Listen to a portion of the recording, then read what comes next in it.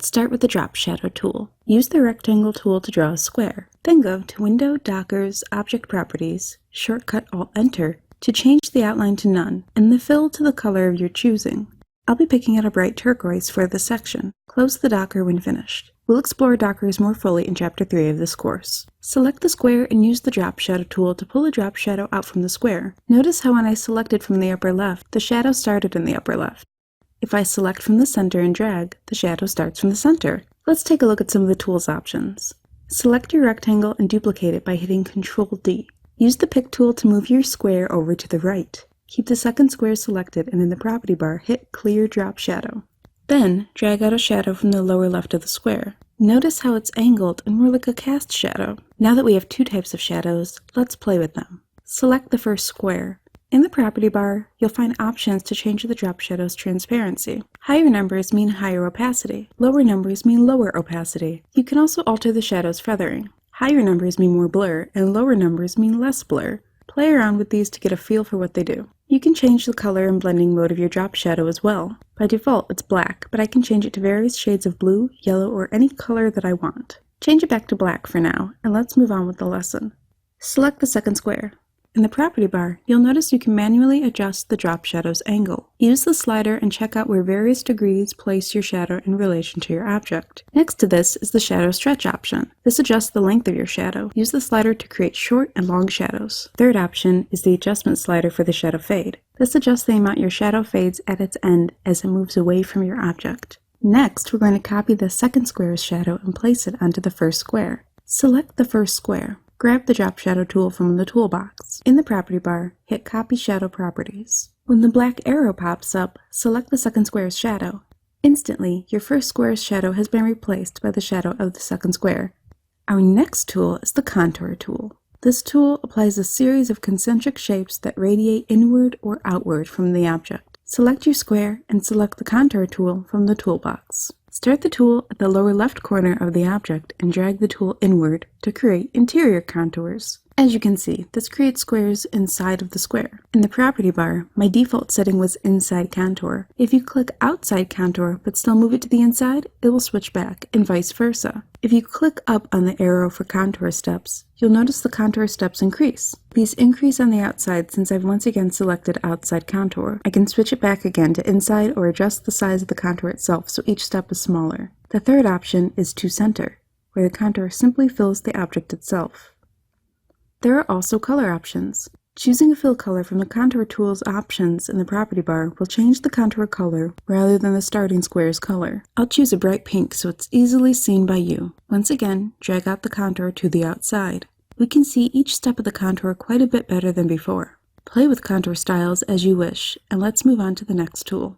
The next tool is the Blend tool. Use the Ellipse tool to draw two circles. Fill them with two different colors and set their outlines to none. They don't have to be the same size. Using the Blend tool, drag one circle to the other. This creates your basic blend. By default, the blend is set to Direct Blend, meaning the objects and their colors blend directly into one another. In the property bar, you can adjust the blend's direction. This rotates the angle of the blend you originally set. Use the arrows to enter in the degree of your choosing and watch the blend's angle change. Between two circles, the angle change isn't as dramatic as other shapes, but you can see the nodes move as you click the arrows. Additionally, you can increase or decrease the blend amount. The higher the number, the higher steps between two objects. Reducing it to 2 steps, you can see where this tool is useful for creating color palettes or overlapping objects.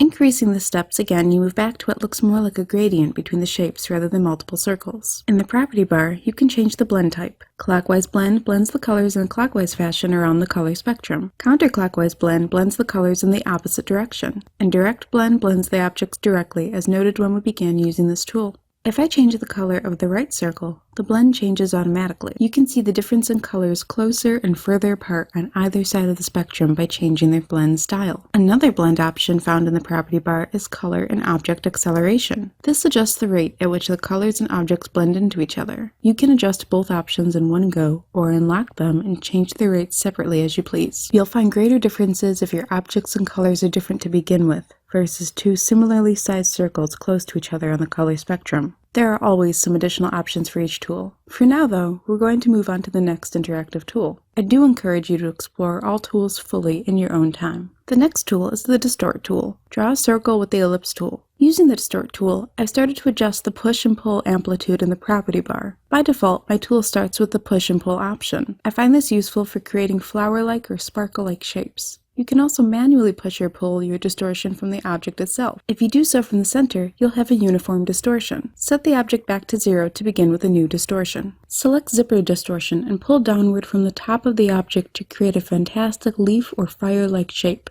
If I pull this distortion from the center, I can create simple sunburst shapes. Selecting the Twister distortion, I can pull and twist my circle around my starting node, whirling my entire shape. I can also create multiple distortion points within an object, allowing me to increase the change from a simple object to a complex one, or add randomness to how I'm distorting something like this circle. You can also change direction in the property bar, as well as angle options and number of rotations. Speaking of options, undo distortions and choose Zipper Distortion again. You can modify both zipper amplitude and frequency of the peaks within an object from the property bar, enter in numbers in each option, or play with the arrows to change their values. There are also 3 additional options for the Zipper Distortion: Randomized Distortion, Smooth Distortion, or Localized Distortion. Engage each of these options in turn to see what effect they have on your object. From here, let's move on to the next tool. The next tool is the Envelope tool. This tool changes the shape of an object by applying and dragging the nodes of an envelope created around the object. Draw a circle with the Ellipse tool and use the Envelope tool to drag nodes from outside the object to alter the circle's shape. Move nodes inward or outward and you'll find the object follows the new boundaries of the envelope. Additional options include Straight Line Mode, Single Arc Mode, and Double Arc Mode, as well as Mapping Mode options, most of which will be applied once and send you right back to putty mode. How you use this tool to create and change objects within your image is up to you.